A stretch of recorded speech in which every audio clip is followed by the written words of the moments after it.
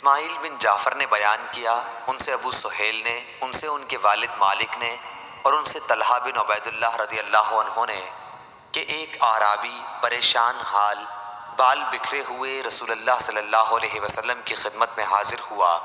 اس نے پوچھا، یا رسول اللہ صلی اللہ علیہ وسلم، بتائیے مجھ پر اللہ تعالیٰ نے کتنی نمازیں فرض کی ہیں؟ آپ صلی اللہ علیہ وسلم نے فرمایا کہ 5 نمازیں، یہ اور بات ہے کہ تم اپنی طرف سے نفل پڑھ لو۔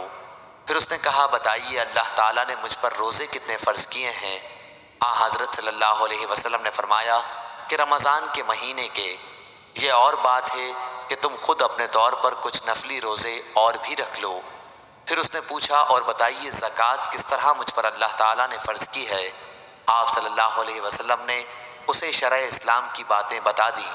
جب اس اعرابی نے کہا، اس ذات کی قسم جس نے آپ صلی اللہ علیہ وسلم کو عزت دی، نہ میں اس سے جو اللہ تعالیٰ نے مجھ پر فرض کر دیا ہے کچھ بڑھاؤں گا اور نہ گھٹاؤں گا، اس پر رسول اللہ صلی اللہ علیہ وسلم نے فرمایا، اگر اس نے سچ کہا ہے تو یہ مراد کو پہنچا، یا آپ نے یہ فرمایا کہ اگر سچ کہا ہے تو جنت میں جائے گا۔